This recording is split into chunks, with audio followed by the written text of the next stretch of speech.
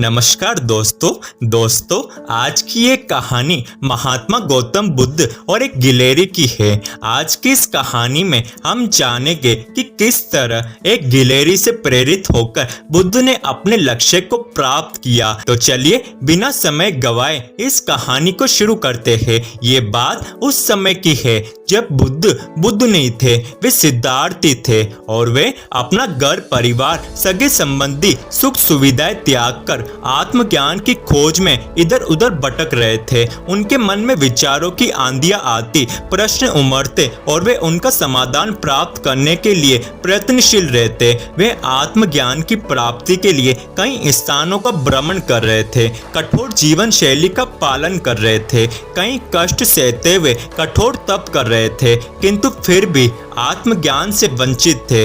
एक दिन बुद्ध एक वृक्ष के नीचे आसन जमाए वे गहन विचारों में लीन थे।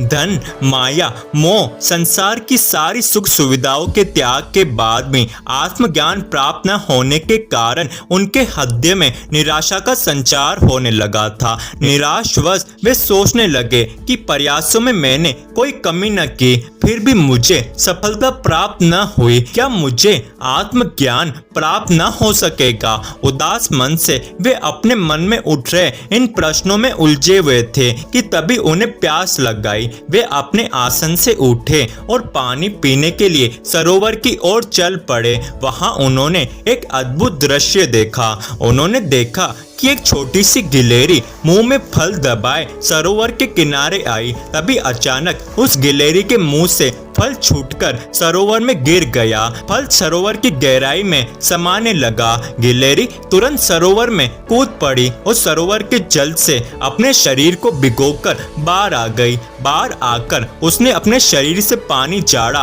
और फिर सरोवर में कूद गई। ये क्रम उसने जारी रखा। वो सरोवर में कूदती और खुद को भिगोकर बाहर आ जाती। उसके बाद शरीर से सारा पानी झड़ककर फिर सरोवर में कूद जाती। बुद्ध बड़े ध्यान से उसकी गतिविधियों को देख रहे थे, लेकिन गिलहरी इससे अनजान थी। वे अपने कार्य में पूरी तरह से जुटी हुई थी। बुद्ध सोचने लगे कि छोटी सी गिलहरी के लिए सरोवर खाली करना, अपने मुंह से गिरा फल प्राप्त करना असंभव है, पर फिर भी ये बिना हिम्मत हारे पूरी आशा और लगन से अपना लक्ष्य प्राप्त करने में जुटी हुई है। जब एक छोटी सी गिलहरी निराश हुए बिना अपने लक्ष्य प्राप्त करने की दिशा में प्रयास कर सकती है, तो मनुष्य होकर मैं क्यों निराशा के भंवर में डूब रहा हूँ? नहीं, मुझे निराशा त्याग कर पुनः आत्मज्ञान प्राप्ति की दिशा में प्रयासरत हो जाना चाहिए। ये सोचकर वे लौट गए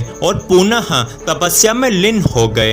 एक छोटी सी गिलहरी से सीख लेकर सिद्धार्थ आत्मज्ञान की प्राप्ति में जुट गए। एक दिन उन्हें सफलता मिल गई, उन्हें आत्मज्ञान प्राप्त हो गया और वे सिद्धार्थ से बुद्ध कहलाए। दोस्तों, ये कहानी हमें ये सिखाना चाहती है कि लक्ष्य कितना ही कठिन क्यों ना हो, लक्ष्य प्राप्ति के मार्ग में कितनी ही बाधाएं क्यों ना आ जाए, आप खुद को निराशा के भंवर में फंसा हुआ क्यों ना पाए, पर फिर भी हिम्मत हारे बिना निरंतर प्रयास करते रहे, आपको सफलता अवश्य प्राप्त होगी।